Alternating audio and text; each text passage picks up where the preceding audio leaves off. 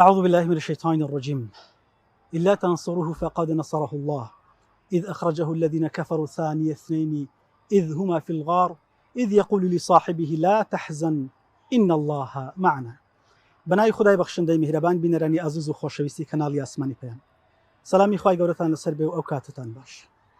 لە بەرنامەیەکی تایبەتە لە خزمەتی ئەوەی ئەزیز و خۆشەویستا بین بە بۆنەی ساڵوەگەڕی کۆچی پێغەمبەری خوا صلی الله عليه وسلم لەگەڵ هاوڵا بەڕێزەکانی لە شاری مەکەی پیرۆز بۆ مەدینەی ڕەونەقدار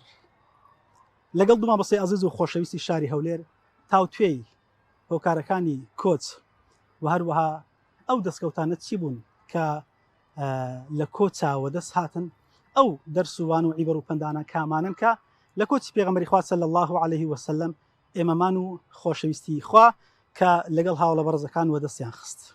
لە خزمەتی هەردوو مامۆستای بەڕێز و خۆشەویستی شاری هەولێر ڕێزدار زەنای مامۆستا ڕزگاری بێراوەیی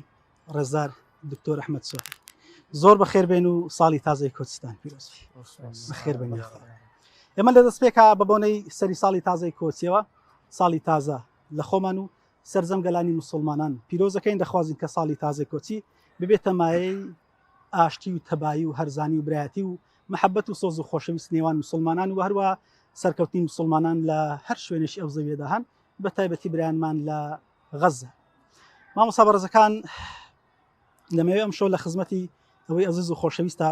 تاوتوێی باسی کۆچی پێغەمبەری خوا بکەین صلی الله عليه وسلم. لە دەست پێشە لە خزمەتی دکتۆر ئەحمەد سۆفی پرسیارەوە دەکەم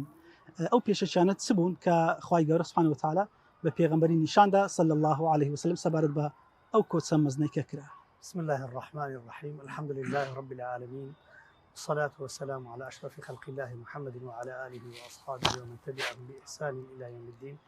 خۆم بە پێخۆش حاڵە زانم لەو دوودار و دەرفەتە لە خزمەتە مامۆستا نازدارە خوای گەورە سەلامەتتان کە لەو یادە پیرۆزەدا ئینسان کاتێک تەماشای قورئانی پیرۆزەکە خوای گەورە لە سوورەتی ئیبراهیم فەرمووە ذەکیرهم بئەیام الله بە پێغەمبەر موسا فەرمووە بە پێغەمبەری مەشە فەرمووە صلی الله عليه وسلم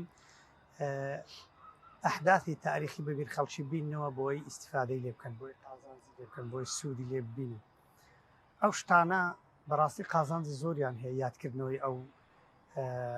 یادانە لەبەرچی لەبەرەوەی ئینسان ئەگەڕێتەوە ئەو سەردەمەی کە پێغەمبەر صلی الله عليه وسلم چی کردووە لە خزمەتی ئەو دینە و ئەگەڕێتەوە سەر تەضحیەی هەر چار خولەفا لە دەورەی پێغەمبەری صلی الله عليه وسلم کە دەرەی هیجرەت بێجگە لە جهد و جیهاد و ماندیبوون و هیجرەتی پێغەمبەری صلی الله عليه وسلم جهد و جیهادی چار خەلیفەکانیش دەبینی ئەوە سەیدنا عومەڕە و دەنووسیتەوە و دەیکەتە سەری ساڵی کۆچی ئەبوو بەکرە و ثانی اثنینە لە خزمەت پێغەمبەر صلی الله عليه وسلم عەلیە و ئەمانەتەکان تەسلیم دەکا ڕەزا و ڕەحمەتی خوای لێبی عوسمانە و دوای بیری مەعونە دەکڕی لە دەستی جوولەکەیشی دینتە دەرێ و هەتا ئێستاش لە گەردابی موسڵمانان هەر ئیستیفادە لەو قازانجە دەکەن کە ئێستاش لەگەڵدابی زانیومە لە مەدینەی مونەوەڕە هێشتا هوتێلەکان بەناو ئیمامی عوسمانن و هەر وەقفن لەسەر ناوی ئەو. ئیدەن وەکو تەمهید صەفی الرەحمان المبارەک فوری لە کتێبی ڕەحیق المەختوم پێی دەڵێن گوڵاوی سەرمۆر لە کوردیە دەڵێ خوای گەورە چەند شتێک پیشانی پێغەمبەری دا صلی الله عليه وسلم لە سوورەتی کەهف کاتێک سوورەتی کەهفدا دەبەزی الله سبحانه وتعالى باسی ئەصحاب الکەهفی لە بۆ دەکا کە هیجرەتیان کردووە و ڕۆیشتون لە بندەستی دەقیانوس و وەکو دەڵێن دەقیانوس و یان ئەو زاڵمەی ئەو زەمانەی کەواتە جێهێشتنی زاڵم و بۆ بەهێزکردنی مەظلوم و بۆ دیفاعکردن لە مەظلومان شتێکی زۆر گەورە بووە. خوای سبحانه وتعالى کەئەنەما پێغەمبەری فەرمی صلی الله عليه وسلم ئەفەرمێ ئەی پێغەمبەر ئەوانە شوێنیان بەجێهێشت کە دینیان کەتە خەتەر یان بیر و باوەڕیان کەوتە خەتەر. دکتۆر چۆرەکە قورئانیانە کە باسەکرێ باسی لە زاڵم و ستەمکارەکانە کاوکاتە یعنی پێ دوای تەمهیدێک بۆ پێغەمبەر ئەوە تەمهید بوو لە بۆ پێغەمبەری صلی الله عليه وسلم. موسى عليه الصلاة والسلام خوای گەورە پێی فەرمێ ڕۆیشت گەڕا هەتا فێرە عیلم بوو لە خزمەت پیاوێکی و هەروەها شتی زۆر بە چاوی خۆی بینی ئەوە لە پاش هیجرەت و ڕۆیشتن و بەجێهێشتنی ئەو شوێنە ئەنجا باسی ذوالقەرنەین لێ بۆ کە ذوالقەرنەین چۆتە مەغریبە شەمس چۆتە مەطلع شەمس چۆتە مابەینە سەدەین چۆتە ئەو شوێنانە هەمووی ئەو هیجرەتی ذوالقەرنەین و ئەو گەڕان و سوورانە چەند ئیستیفادەیەکی هەبوو کە الله سبحانه وتعالى ئەوانەی پێ دەڵێ پێغەمبەر صلی الله عليه وسلم نفسیاً مهەیە دەبی ئامادە دەبی لە بۆ هیجرەتکردن و بەجێهێشتنی ئەو شوێنێک کە ڕاستە وەتەنی خۆ و ئەجدادی خۆیەتی بەجێهێشتنی وەتەن وەکو مردن وایە لقرآنش كأخوي يقول فرموا إذ يمكر بك الذين كفروا ليثبتوك أو يقتلوك أو يخرجوك لباش يقتلوك هاتيا يعني دركردن لدواي كشنيدر ككسشي بكوجي لهموش خراب ترى بلام لو لدو كشتني لدرجة ناخوشي شار بدردانه كشتني شار بدركردن بجهشتني عشيرة وخصم وكسو وطن أو يادگار يعني أو دوستو برادراني ك لو شني بزيان ديري شتشي زور قوري پیغمبر صلى الله عليه وسلم وكو تمهيدك فرمي من شويني هجرتي ايوم بيني طبعا هندشي بزهشت هندشي بري كردون بيشنجي دوز بيدي كلبو حبشي او زاري پیغمبر صلى الله عليه وسلم فرمي شوينه كم بيني كبراسي ديگي هندك دار خرما او انا بو پیغمبر صلى الله عليه وسلم فرمي شويني هجرتي ايوم بيني اوها اوانا وكو تمهيدك بون وكو بيشكيك بون كبيغمبر صلى الله عليه وسلم آماده بي اترتواب مكة دعوة راوستا لوش لو كسانش نبي الخوان خواستا ك شويني خوان بدزينارن هتا مردني وهمش كان لي منع دبي خواي يورجليان لدك وفرمي ألم تكن أرض الله واسعة فتهاجروا فيها ما قر عرض خواي واسع نبو بوتسي هجرتانك بو بدزيتانيش خو جيان بس لو شويني نبو أو بس لو شويني نبو نان بس لو شويني نبو خو إيوا أرض خواي جورا واسع بوتشتك مانع بوتشتك لينا قرا إيوا برون خو إيوا رويشتن بدز ودتان تواني أو شويني بدزي بيلن يعني من هار فكر ذاك مدرم يا رب سبحان الله أويك بيغمبر صلى الله عليه وسلم لما ديني بدستي جينا بإذن خواهي ورب بدستي عاد بصالة شيء بس يزد صالة لما كي بدستي ندهات بو لبركتي أو هجرة مباركة ك عندك تضحية جوري وعندك قرباني جوري دا بيغمبر صلى الله عليه وسلم خواهي جوري وشتاني بيبخشي دينا وسر أو بيبخشاني كخواهي جوري بياني بخشي بو كاري كوسوا برز ما مصارزقار أجر بيمان بلي هو تمهيدانا من زاني وەکو پێناسەی چۆن دەڵێ شەرعی لە ڕووی ئیسلاحەوە کۆچیەوە چۆن هاتووە. بسم الله الرحمن الرحيم الحمد لله والصلاة والسلام على محمد رسول الله وعلى آله وصحبه ومن والاه. خواهی گەورە سبحانه وتعالى ئەم ساڵە بکاتە ساڵی خێر بەرەکەت خۆشی بەسەرگەلانی مسلمانان بەگشتی و مسلمانانی مستەضعف و چەوساوە لە هەر شوێنێکی سەرزەویدا بژێن. طبعا مانای هیجرەت کاتێک کە باسی کۆچی پێغەمبەری ئەکرێ صلی الله عليه وسلم تەنها بڕیار نییە لە بەجێهێشتنی خاکێک لە مەککەوە لە بۆ مەدینە بەڵکو چەند مانا و واتای زۆر گەورەی لە خۆگرتیە. یەک لە مانایەکان ئەوەیە کە بینایی دەوڵەت کە پێغەمبەر عەلەیهی سەڵات وەسەلام هاتە مەدینە لە پاشان لە سەردەمی ئیمامی عومەر کە تەدوین کرا پێویستی بەوەیە کە ساڵی سربەخۆی هەبیت، پێویستی بەوەیە کە دیوانی سربەخۆی هەبی، پێویستی بەوەیە کە دراوی سربەخۆی هەبی، پێویستی بەوەیە کە جەژنی سربەخۆی هەبی. ئەوانە هەموو مانای حەزارەت و شارستانین ئەبی لە ناو ئەو دەوڵەتە ڕنگ بداتەوە. بوونی تاریخی هیجری یەک لەو مانایەتە بە مانای ئیستیقلالیەت و سربەخۆبوونە. یەک دوو تاریخی هیجری ڕاستترین و دروستترین تاریخە لە مێژووی مرۆڤایەتی، ڕاستترین تاریخ و مێژوو بەدەقی قورئان کە خوای گەورە سبحانه وتعالى كباسي مزقوتي مدينة كافر لمسجد أسس على التقوى من أول يوم أحق أن تقوم فيه رجال يحبون أن يتطهروا كأما جبه كم روج أكاك أيش بو سر السالي هجري كواتا هيج قمانية لصحي ولدروزبوني بوشي كبيغمبر عليه الصلاة والسلام لحجة الوداع لبرانبر أصحاب زور شتي باسكت يقلو شتاني كباسكت بيغمبر عليه الصلاة والسلام فرموي إن الزمان قد استدار كهيئة يوم خلق السماوات والأرض. فرموي الزمن إيستا قراوة همان أو حالتي كخواي قول سبحانه وتعالى الزوي وآسماني دوسكت كلا قرآن فرمي إن عدة الشهور عند الله 12 شهرا في كتاب الله يوم خلق السماوات والأرض كدواز دمان بوا أو دواز دمان عرب دسكاري كردبو كقرآن فرمي إنما النسيء زيادة في الكفر. نسيء سبو أو بو مانجي رمضان عنقو باب كوتا مانجي بيشتري ببيشان ديخ الزمن تيكتسوبو بلام لقر أول يوم كقرآن وبيغمبر عليه الصلاة والسلام لحجة الوداع أو تاريخ الزمن الريق مانجا كان قرانا وسر شويني خوي بويا يعني أو مانات زوانانا أدات كألين سرساري هجري بواتا لو يكاتي كباسي هجرت أكري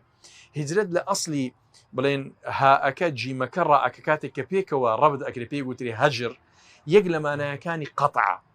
قطع برامبر بوصله وصل يعني جاياندن بلام قطع يعني بتصراندن كواتا او معناه لغويه كيتي زمانوانيه كيتي بلام كاتي كدي السر معناه شرعيه كي اصطلاح كي لا كتب السيره اويا حتى لقران ولا فرمودي بيغمبري صلى الله عليه وسلم اويا قەتەعکردن و پچڕاندنە لە شوێنێک لە بۆ شوێنێکی دیکە بەڵام لەبەرچە لەبەر ئەوەی ئەو شوێنە ئەو مرۆڤە ناتوانی عیبادەتی خوای گەورە سوبحانەه وتەعالە بەڕاست و دروستی بکە لێی ناگەڕێن ناچارە ئەو شوێنە بەجێبێت لە بۆ شوێنێک کە ئەمینە تێیدا کە عیبادەتی خوا بکە یاخۆت لە شوێنێک کە فتنە و ئیبتیلای لە ماڵی لە نەفسی لە منداڵی لەسەر کەسایەتی و شخصیت و هەموو ئەوانەی ڕوئەدا کە ئەبیتە فتنە لۆی ئەو شوێنە بەجێ دێلی ئەستا شوێنێکی دیکە بۆی هیزەتی پێغەمبەری عەلەیهی سەڵات وسەلام داهێنانێک نەبووە کە پێغەمبەر بیکە عەلەیهی سەڵات وسەلام وەک جەنابی مامۆستا باس کرد پێغەمبەرانی پێشتریش هەمان حاڵەت و هەمان مانە هیزەتیان کردی بەڵام جیاوازیەکە ئەوەیە ئی پێغەمبەر عەلەیهی سەڵات وسەلام لەگەر هیزەتی باقی پێغەمبەران وەکو ئیمامی عومەر ڕەزا و ڕەحمەتی خوای لێبی ئەفەرمێ الهجرة فرقت بين الحق والباطل هجرات لبيني حق وباطل لبيني راست وناراست لبيني دروست ونادروست لبيني جواني وناشيرني لبيني جيان وبيني مردن لبيني قمراي وبيني هداية هجرت تاني أو جياواز وفعلا نيش جياوازي كرد لو بشدا كأوان شون يندري مصورا بناء دولة لو يندري را دروس بو بلام أما أو مفهوم أو معنايا لو هجرة عملية أو بلام كبيغمبر عليه الصلاة والسلام فرموي لا هجرة بعد الفتح أول أبو بيغمبر عليه الصلاة والسلام وأصحاب بلان فرموي لدواي فتح مكة تواو ألو شوينك مكة زارة شدي ككز هجرت ناكاتو بواتاي أو بشارتك لبيغمبر عليه الصلاة والسلام لبو أو أمتك أو أمته هر أمينة وأو شوينش هل لسر خاشي مسلمانيتي ودين داريتي وعبادتي خواهي قول سبحانه وتعالى أمينت بله دەست خۆشی مامۆستا هەر لە لای جناب دەینێمەوە لەو شوێنانەی کە خوای گەورە باسی کۆچی کردووە یان چەند زۆری کۆچمان هەیە ئەوەی کە لە قورئانە وارد بووە و چەند و چۆنن لا قرآن كخوي يقول سبحانه وتعالى باسي مجموعة شمان لبوكا أجر أما تقسيم بكين هجرتك مان هي بي وتري هجرتي مكان هجرتي شوين كخوي يقول سبحانه وتعالى للقرآن وكو آتي كما مستاء ما جي بيكت كأفرمي يا عبادي الذين آمنوا إن أرضي واسعة يعني كزوي خوي يقول سبحانه وتعالى فراوانا بواتاي أوي أجر بيو لشوينك أو مروفا نيتواني عبادتي خوي يقول بك سبحانه وتعالى أو شوينة بزيدي اللي لبو أو شوينة كعبادتي خوي جوريتي دا أنزم دا لو تصور كلا قيامات مجموعة ملائكات دين لاي مجموعة كمال خرق خوي جور سبحانه وتعالى القرآن باز أكا أفرمي إن الذين توفاهم الملائكة ظالمي أنفسهم يعني أوانا ملائكة كان كروح كان ينشير شاينا أو كسانا خوي جور أوها باس أنا كأفرمي أنا الظلميان لنفسي خوي عنكر قالوا فيما كنتم قالوا كنا مستضعفين في الأرض ألين أما مستضعف وتسوساو من لسرزبي چونك مستضعف وتسوساو دوشتي برامبرة يان أوتا أبي هول بدا أو استضعاف أو تسوسانا ولا سر خويلا ببا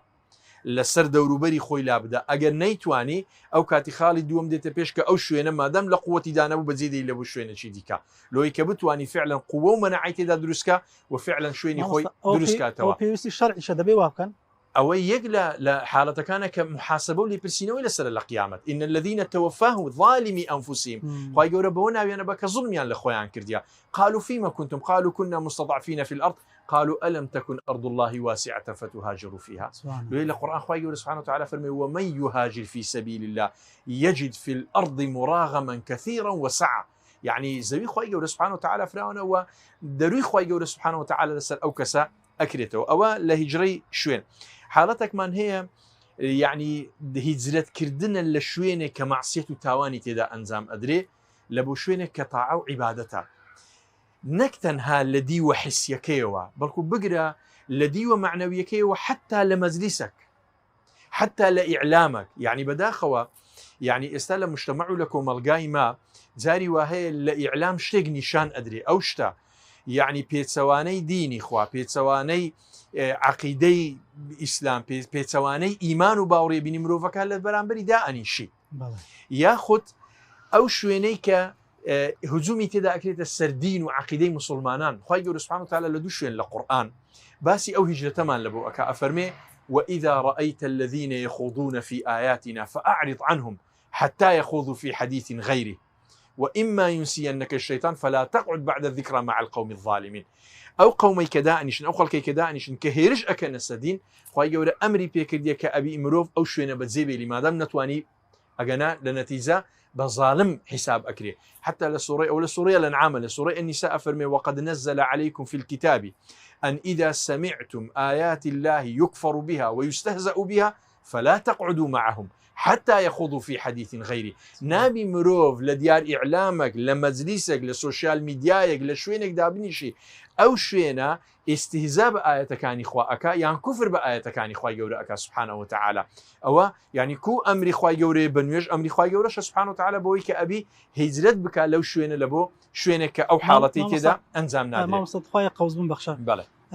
إنسانش مروف كانش خلق إخوان شين كان كوا استهزاء بو خلق إخوان كان بون من ديت وسنوا لما كانت شهر أوش ناكري والله إنه آياتك لا كان إخوة جوري ناكري فيش الكاري برامبر بكري ناكري أصلا دبي مروف موقفه هالوستي هبي برامبر أو حالتها يعني حتى زاري وهي يعني مسلمانك نقليركو أنا أجر مسلمان لأنحي عالم لهر شوين يقدر كيشي لبيرابزي أجر خلشك هيرشي بكاتسر أبي همان موقفه همان حالتي برامبر بنويندري كو أمر إخوة سبحانه وتعالى لو أو هجرة لو مكان لو شوين حتى يعني كسيك ما نهبو كبيغمبر بازك صلى الله عليه وسلم أفرمي صد كسي كشتبو نو كسي كشتيا لباشان استلاك الصدمين يجي أكوجي بەڵام کاتیتە لای کەسێکی زاناپەی ئەڵێ خوا گەور لێم خۆشەوی وێرێ بەڵێ بەڵام ئەبی ئەو ئەڕدە سوء ئەبەزێبێلی ئەو زەویە سوء ئەبەزێبی لەبەرەوەی بیئە ژینگە کە هەمووی خراپ بوو مرۆڤیش بە هەمان حاڵەت خراپی وە ئەو خراپەیە توش ئەبی و ئەیگریتەوە لۆیە ئەبینی پێغەمبەر عەلەیهی سەڵات وسەلام لە قسەی و عالمەکە ئەجێڕیتەوە ئاماژەی پێکا کە ئەو مرۆڤە ئەبی ئەو حاڵەتە ئەنجام بدا هیجرەتە چکەمان هەیە لە بۆ تەڵەبی علم كموسى آياتك أما جاب يكد بلان بديوي هجرتك خواهي سبحانه وتعالى أفرمي وإذ قال موسى لفتاه لا أبرح حتى أبلغ مجمع البحرين أو أمضي حقبة لو يمروف زاري وهي أو علم أو زانستا أكري لشويني خوي نبي لو براسي لعلومي الشرعي نقل علومي حياتي استهيا كمروف أتيت الشويناني دي كك زانس ور أجري بلان لعلومي الشرعي أو بردوام بوا كعالمان وزانايان هجرتيان كردي لبو طلبي علم لوی لە قسەیەک هەیە لە ناو علەما ئەڵێ هەر کەسێک لە بۆ تەڵەبی علم هیجرەتی نەکردبی خەرجی هیجرەتی لە بۆ لا ناکە کەواتە ئەگەر لە بۆ علم نەگەڕابی خەرجیش نایەتەوە لاوی کەوا علمی لێ وەربگری با هەرچەندە ناوبانگ و ئەو حاڵەتانەشی دروست بیت بە حاڵەت لەبەر چی علم وەرگرتنی ئەبی بەو شێوازە وەری بگری و فعلا ئەو کاتیش بەو شێوازە ئەیداتەوە کە وەری گرتیە لەوە یەک لە مانایەکانی هجرته شكا خواهي جور سبحانه وتعالى لقرآن باسي كحالة كمان هي كبراسي أود الخوشكرة لبو أو كساني كتجارة بازرقاني أكن بلام تجارة بازرقاني شيء صحيح دروس بمواد باش لبو مجتمع لبو كوملقان حتى لقرآن يعني أو اندبتو خيباسي أو هجرة الأكاد كمروف لبو تجارة بازرقاني باسي أكا أفرمي براورديان أكا لقر أو كساني كمزاهدا وآخرون يضربون في الأرض يبتغون من فضل الله وآخرون يقاتلون في سبيل الله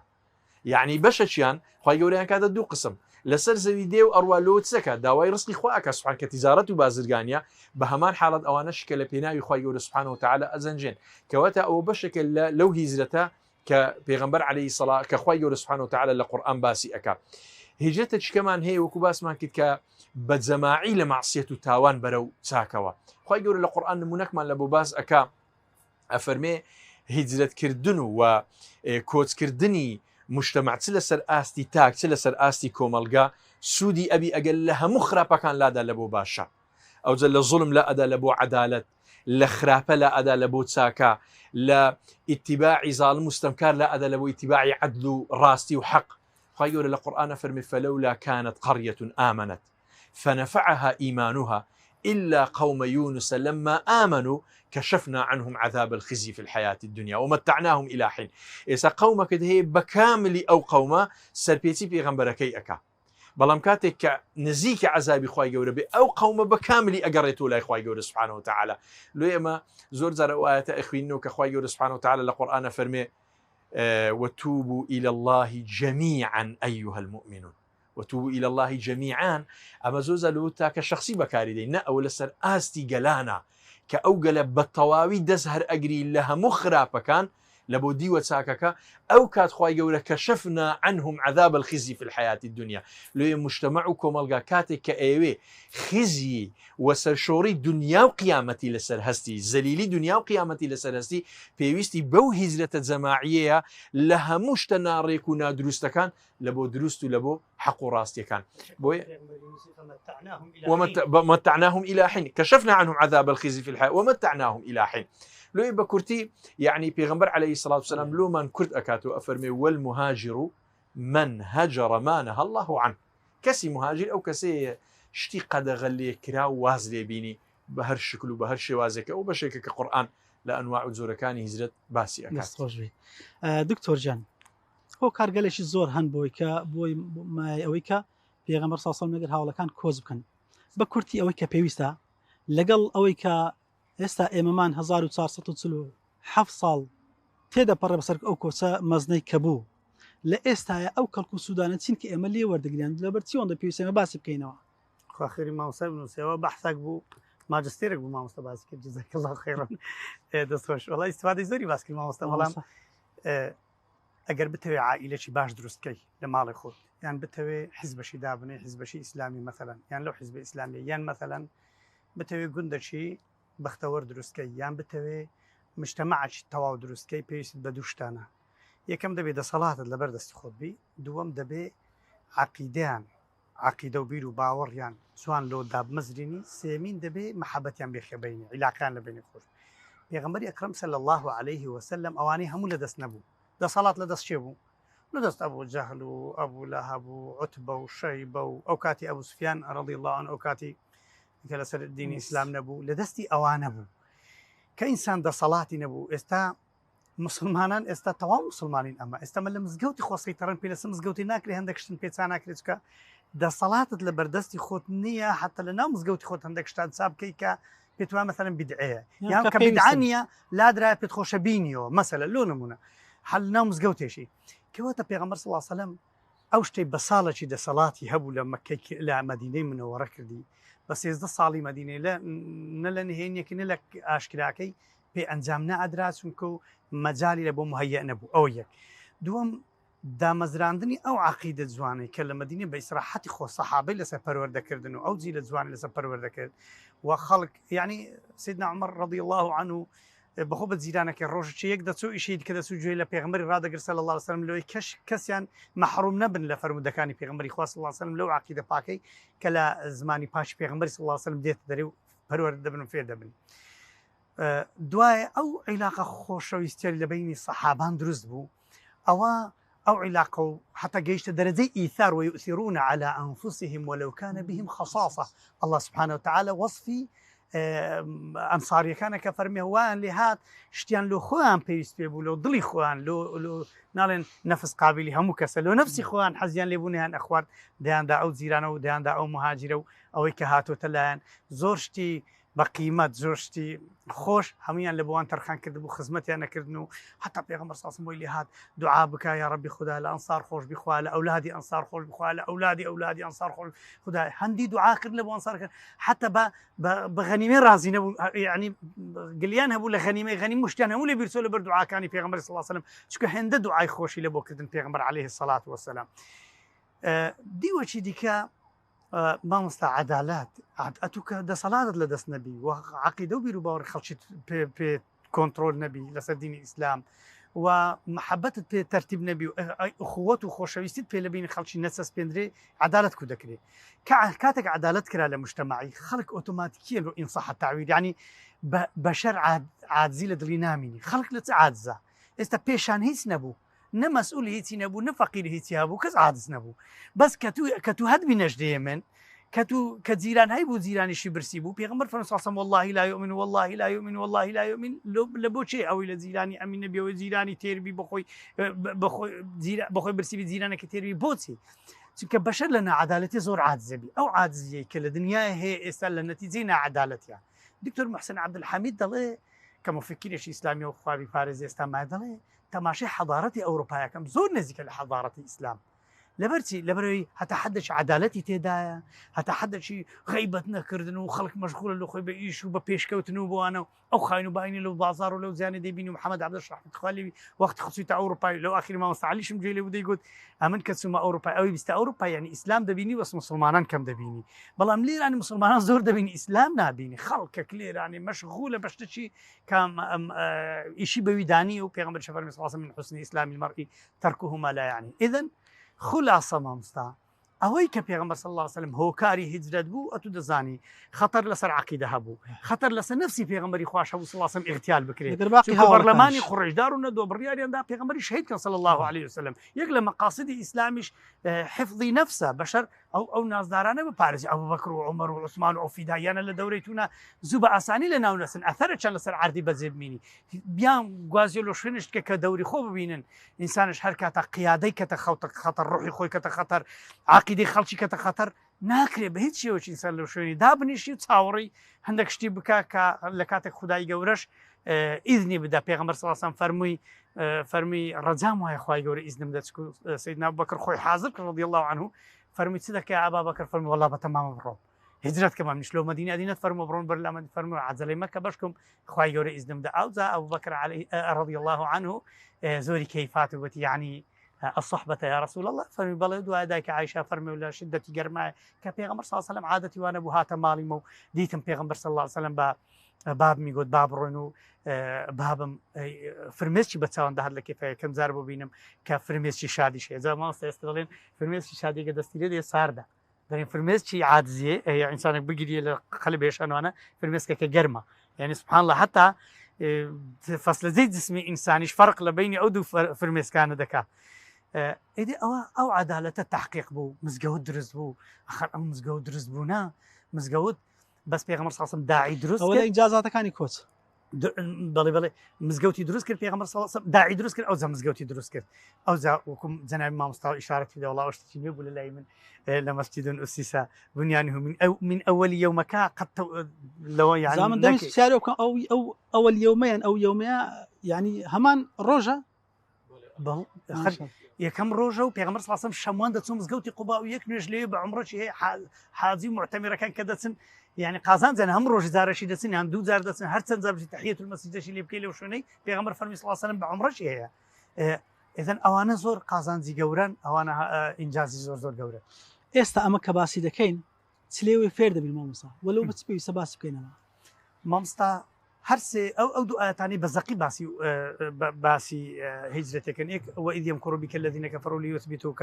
أو يقتلوك أو يخرجوك ويمكرون ويمكر الله والله خير الماكرين لەوەی هەزاران دەرسێ مامۆستا حەز دەکەی دکتۆرای لەسەر بنووسە خلاص نابی یعنی هەر بە کورتی و سادەی ئەو هەندەی بزانە یعنی ئەگەر خوای گەورە مەیلی لەسەر شتێکی نەبی هیچ نابی بە هیچ شێوەیەکی پێغەمبەر صلی الله علیه و سلم ئەخذی ئەسبابی کرد یان نەکرد ئەخذی ئەسبابی کرد بە هەموو شێوەیەکی عەبدوڵای کوڕی ئوڕێقەتی بەکرێ گرت ذات و نطاقی تێگەاند ئەسمای کچی ئەبوبەکر تێگەاند کە خواردنیان لەو بینی کە لە کاتێکە خوا دەیتوانی نەجاتیدا بەبێ هیچ ماندووبوونێک وانە بێجگەلەوە پێغەمبەریش صلی الله علیه و سلم تەوەکولی سەتاسەتی لەسەر خوای گەورە بوو بەڵام ئەخذی ئەسباب عەبدوڵای فەرموو شوێن پێکانمان ڕەشکۆت یان ئەوە ئەخباری ناو خەڵکیمان لەبۆ بینە ئەو هەموو ئەخذی ئەسبابی کرد بەڵام پێغەمبەر صلی الله علیه و سلم پشتی بە ئەخذی ئەسباب نەبەست أخذ بالأسباب نبست بتنها پیغمبر صلی الله علیه و سلم پشتی بخوای گەورە بس لەسەر هەموو ئەو شتانش کەواتە تازە مامۆستا نیزامەدین خوا پارێز دەیگۆ تەڵەبەکان بە دەرێ وەڵا دە ئاەت کورسیم خوێنێتەوە نازیع دەبن لە ئیمتیحانی کوڕە وەڵای سەد ئاەت کورسیشم خوێنی نازیع نەبن ئەخەرەت تو دەبێ بخوێنی دەبێ ئیمتیحان کە ئیمتیحان بە خۆت کە پێشنجی دەبێ مذاکەرە بکەی مامۆستای بگری ئەگە زۆر پێویست پێ بکە دەبێ خۆتمان دیکەی نابێ بەتەمای ئاەت کورسی بچی ئیمتیحان پێغەمبەر صلی الله علیه و سلم نەک ئاەت کورسی هەموو قورئانی دەزانی پێغەمبەر صلی الله علیه و سلم دەیتوانی هەمان ئەو وجعلنا من بين أيديهم سدا ومن خلفهم سدا دەخوێنی کە دەستە دەرێ و نایبینن هەمان ئاەتش دەزانی کە لە دەوریان لێدایە و سيدنا أبو بكر فەرمێ لو طأطأ أحد بصره لرآنا يا رسول الله والله یەک بس ئەو کابرای لەسەر سەری من ڕاوەستا ئەوە بس سەری خۆی نییە بکاتەوە ئەمە دەبینیتن پێغەمبەر فەرمی صلی الله علیه و سلم لا تحزن إن الله معنا الله سبحانه وتعالى باسێکە کە فەرمی لا تحزن خەفەتی مەخۆ خەمی مەخۆ خوای گەورە لەگەڵمانە و لە جێی دیکەش خوای گەورە پێغەمبەری فەرمی صلی الله علیه و سلم فاصبر لحكم ربك فإنك بأعيننا أو معيتا أو پاراستنەی خوای گەورە لەسەر پێغەمبەری موجودە پێغەمبەر صلی الله علیه و سلم مغیرە کوڕی شوعبەی ناردیتۆ ماڵێکە کە حیمای شخصی پێغەمبەری علیه الصلاة والسلام ئافرەتێکی سویدی محامیەش بووە کاتێک دەڵێ کە گەیشتمە لە سیرەی پێغەمبەر صلی الله علیه و سلم دەگەمەوەی کە مغیرەی کوڕی شوعبە دەنێرێتەوە کە حیمای شخصی پێغەمبەری صلی الله علیه و سلم هەوڵ دەکاتە هەند پێغەمبەر صلی الله علیه و سلم هەند مەئلوف و خۆشەویست بووە ها خۆی نزیک کردی و ها دەستی لە ڕیشی پێغەمبەری کرد صلی الله علیه و سلم مغیرەش بە نوچی شیری دەستی کابرای دوور دەکاتەوە فەرمێ دەستی خۆ دوور کۆ لە ڕیشی پێغەمبەری خوا صلی الله علیه و سلم دووری دەخیتەوە یعنی کابرا دەویستە کۆشی پێغەمبەر صلی الله علیه و سلم ئەو مغیرەیە کە شەوێ لە بن کۆسپی پێغەمبەر صلی الله علیه و سلم لە بن دەرگەی دەنووست پێغەمبەری فەرمی صلی الله علیه و سلم مغیرە داوا بکە چ دەوێت لەو دنیای ئەویش داوای هیچ داوای دنیای ناکرد پێغەمبەر صلی الله علیه و سلم کە مغیرە دەنێریتەوە لەبەر ئەوەی فإنك بأعيننا لەبەرەوەی خوای گەورە دیفاعی لێکە لەبەرەوەی خوای گەورە يحميك من الناس ئیدی پێغەمبەر صلی الله عليه وسلم أو هم مشتانا شبو أو أخذ بأسبابك أو لو آية فير لا وإلا تنصروه فقد نصره الله أجر أنجوش پیغمبری سرنای خن صلی الله علیه و سلم پشتی ناگن خو خوای گوره پشتی گرتیو او پیمان دلی و من جاهد فانما یجاهد لنفسه او یدکی له خود دکی جناب امام صلی خو هاتیره رنگ نفسی گرش بین خوش بو بیگوتی متسو کنال پیام زحمته له خود لمارداش كتيبه شي بخنو رياض الصالحين بخنو بالدرس بفكامري ام لوانه صد ايش دي كم هبي بيم خوش بالنتم بلام دینەکەم پێم دەڵێ بڕۆ چونکە لە خۆت باشە ئەم لە خۆم هاتی جەنابەت لە خۆت هاتی ومن جاهد هەر جهدێکی بکەی فإنما يجاهد لنفسه خدا خوای جل جلاله غني عنا يعني سبيستي بمنيا عزيزة لآخر أو آيات شفرمي خوای گەورە عزيز وحكيمة يعني خدای گەورە غالبة خوای گەورە بەدە سەڵاتات سبيستي بمنيا وسكينة لبو پیغمبری خوای دەنێری صلى الله عليه وسلم بەڵام هەر ژیان کتێبەکە هەر کەسمان بە خۆمان ژیانی خۆمان دەنووسینەوە ئەوەی کە دەیکەی لەسەر ڕێی خوددا و پێغەمبەری خوا صلی الله علیه و سلم لە خۆت دەیکەی داکوبابشت پێ سەربەرز دەبێ ڕۆژە قیامەتێ بەڵێ خوای گەورە شۆ دوو دەکەیفی پێدێ و پێی خۆشە پێغەمبەریش صلی الله عليه وسلم دەستخۆشیت لێ دەکە و لە حەوضی کەوسەر پێشوازیت لێکە و دەبیتە تاریخەک و دنیاش بە ئینسانی باشەوە ئاوادانە دنیا بۆ مامۆستا بەڕێزی ئاوادانە خوا بیپارێزی دنیا بۆ مامۆستانە ئاوادانەکەوە نەسیحەتی خەیرەکەن مەلایکەت دوعایان لەبۆ دەکەن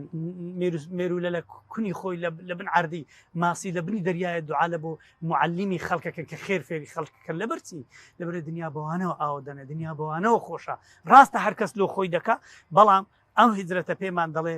بەڵام ئەو هیجرەتی کە تو واز لە هەندێک شتی و هەندێک قوربانی دەدەی ئەو قوربانەی دەبیتە سەبەبی ئەوەی مجتەمع بەرەو عەدالەت بڕوا مجتەمع بەرەو خۆشەویستی بڕوا دکتۆر جان باسی ئەو مەعیەتەمان لەکە کە خوای گەورە هەر لە کۆتاییواتە فەرمێ لا تحزن إن الله معنا پێشەوا صدیق ڕەزا و ڕەحمەتی خوا لەسەر کە ڕەفیقاتی پێغەمبەری خوای کرد لەگەڵی بوو بە ماڵ و بە جان ئەگەر ئێمەمانش لەگەڵ پێغەمبەری خوای صلی الله علیه و سلم ئەو مەعیەتە چۆنە بۆ ئێمەمانش مامۆستا مەعیەت خوای گەورە بە پێغەمبەر موساشی فەرموو موسا و هارون کاتێک طبعا سێجار لە قورئانی هاتیەوە حەزرەتی موسا فەرمێ ئەم دەترسێم مەسەلەی خەوفی بەکارهێنا یعنی فەرموویەتی ئەمن دەترسێم یا ڕەبی ئەم دەست مەکەم فیرعونی و ئەم دوێنێ و پێرێ زەلامەک لە دەستم کوژرا و فوكزه موسى فقضى عليه شق زلة الكاميرا صلح اللي بينك فيش دينانو او كاميرا بلام خوای گەورە فەرمووی بڕۆن بخۆ بە هارونی بڕۆن إنني معكم أسمع وأرى ئەمن لە گەڕنگۆمە گوێم لە هەموو شتێکم گۆیە یعنی چییە ئەنی قووەتی خوای گەورە دەسەڵاتی خوای گەورە بەرەکەتی خوای گەورە بە عیلمی خۆی خوای گەورە بە بینینی خۆی بە دیتنی خۆی خوای گەورە ئینسانی بس فەرقی معكم ومعنا هەیە مامۆستا وەنیە بەڵێ فەرقی معكم ومعنا هیچ فەرقی ئەخەر ئەوەی مامۆستاوەی کە لەگەڵ پێغەمبەر لەفەرمی صلی الله علیه و سلم خوا لەگەڵمانەوە ئەوژە من لەگەڵتانم بۆ نمونە یعنی ئەو مەعیەتێک هەمان ئەو معنایە مامۆستا پێم وایە الله سبحانه وتعالى ئەگەر مەعیەتی خۆی دا کەسێکی گەیشتە ئەو دەرەجەوە دەرەجاتن ئیسلام ئیمان ئیحسان ئینسان بگەتەوەی مەعیەتی خوای گەورە وەرگری ئەوە ڕوتبەیەکە لە ئیمانداریە ئەولیا و پیا و صالح و پێشنجی پێغەمبەران و اینجا شەهیدان کە وەیەتەخیذ منکم شوهەدا ئەوانە مەعیەتی خوای گەورە وەردەگرن کە هەمیشە لەگەڵ خوای گەورەدانە وەکو شێخ ئیبن تەیمیە ڕەحمەتی خوا لێ بفەرمێ ئینسان چەندەی قەدری خوای لەکن بێ قەدری لەکن خوای هەندەیە چەندەی لەگەڵ خوایدا بی خوا هەندە لەگەڵیەتی چەندەی بەرەو خوای گەورە بڕۆ خوای گەورەش زیاتر بەڕۆ ڕووی دێ ئەوانە ئەو مەعیەتە لە پاش ئەوەی پەیدابی کە ئینسان وەکو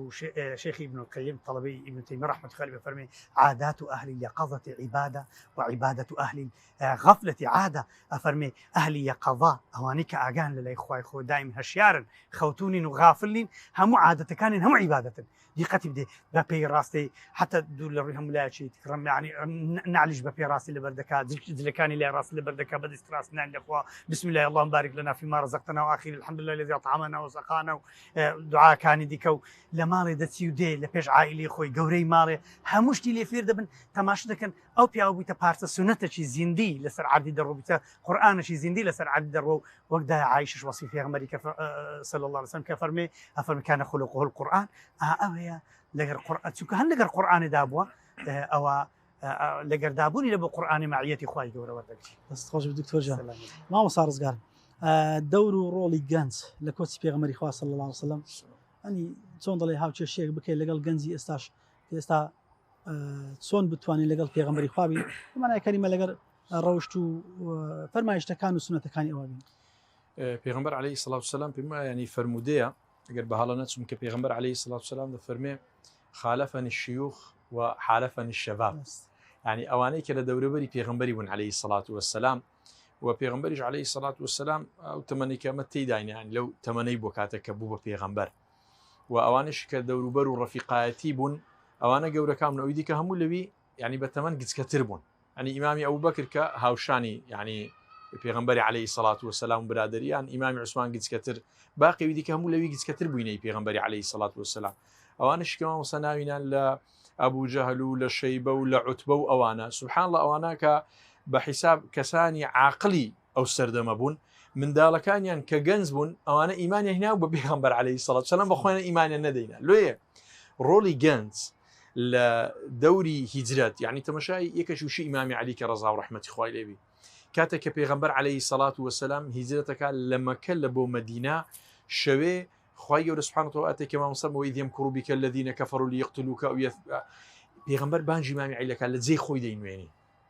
یعنی ئەوە ترسەکی گەلێک زۆرە، ئەتوو بزانی کەسێک لە دوینی بە ئەکیدی شوا دەیانەوێ یعنی بیکوژن، ئەتوو بچی لە جێگەی ئەو کەسەی بنووی کە گەنجەکە ڕۆحی خۆی فیدای ڕۆحی پێغمبەری کردی عەلەیهی سەڵات وەسەلام.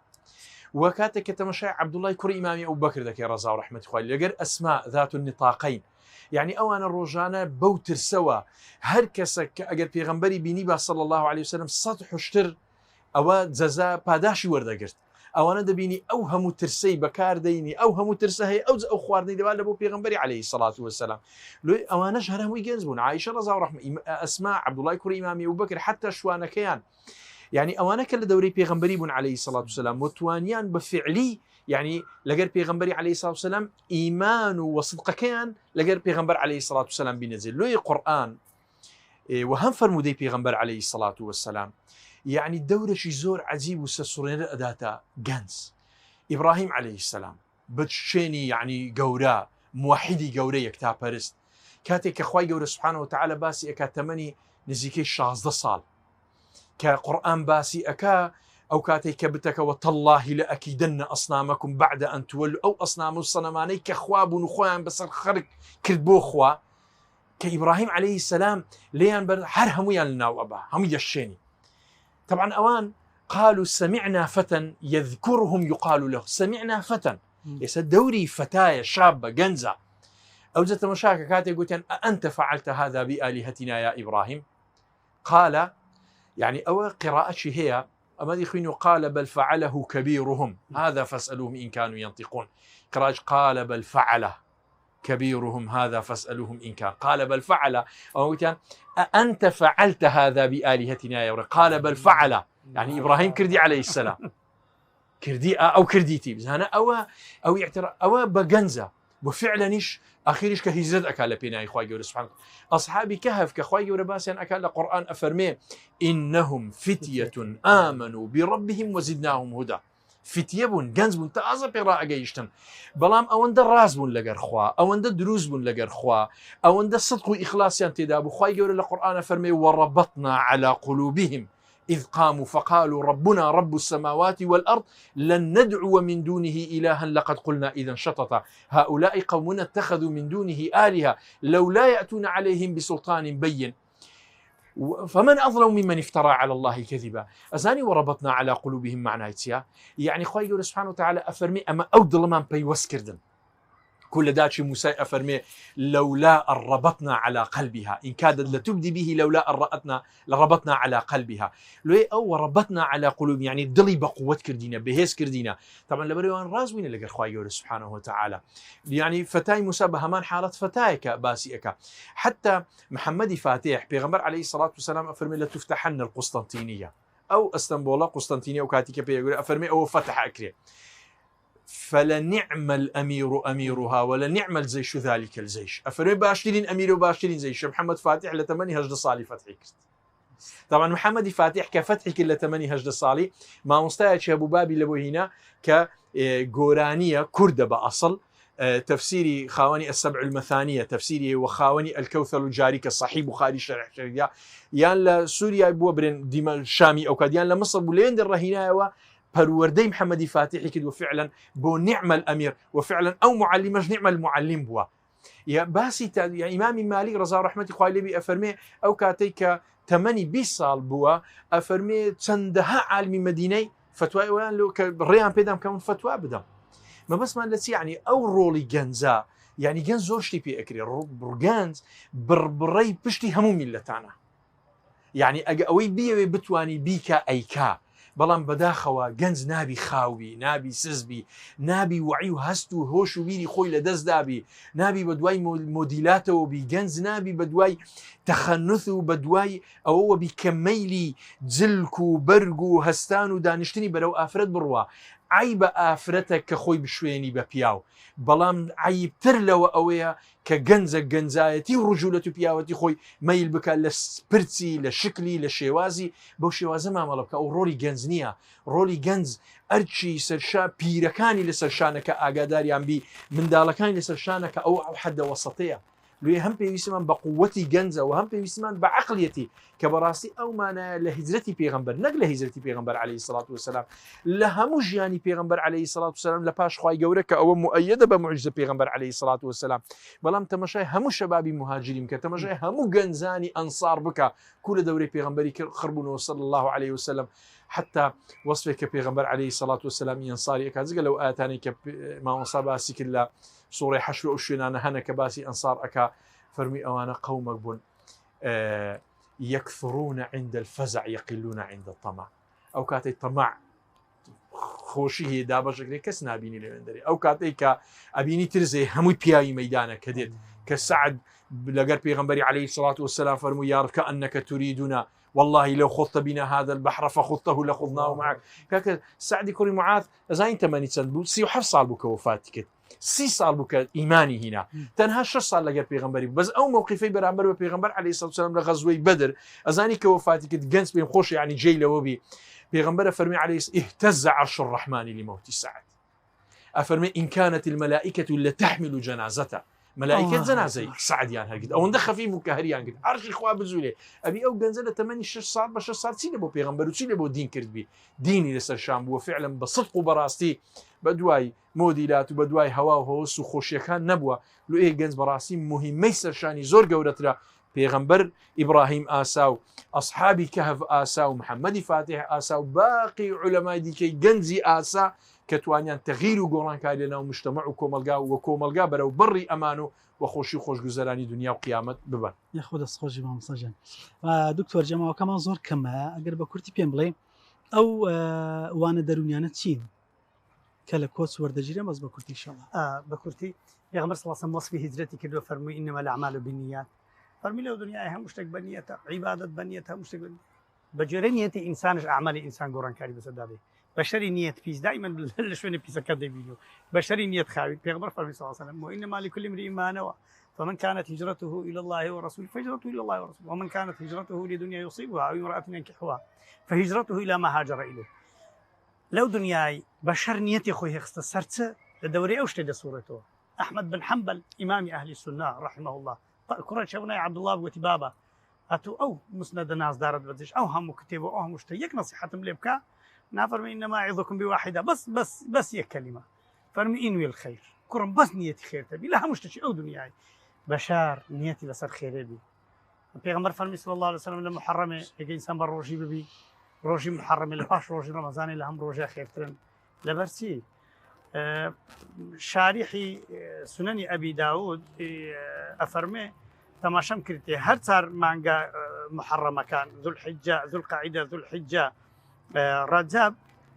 محرم رجب روج بيغمر صلى الله عليه وسلم كيفي بالروجي او روجانا هاتيا دري دقتم دايتي او انا اشهري حرم بيغمر صلى الله عليه وسلم حزي لي بوزول لي بالروجي حتى قال الشعباني تواو نقربن امام النووي فرمي رنقل محرمي زياده قربن بيغمر صلى الله عليه وسلم قال الشعبان بيرانا جيشت بيانا فرمي لو انا الى اخر عمري بيغمر صلى الله عليه وسلم فضلي روجا كان محرمي في جيشت لما دوبر عاشوراء شرو نكو فرصه نبي بس بكرتي بيدرم عاشوراء لدنيا اساسيه غلط زور قوريتي ده غلطه شي عقيدي او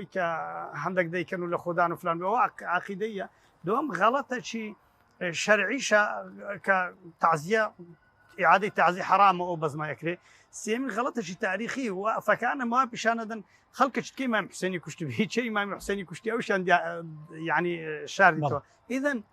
انسان المسلمان تماشي ما نجي محرمه بكبوي ما نجي ازاد بون لدستي ظالمان سون پیغمبر موسى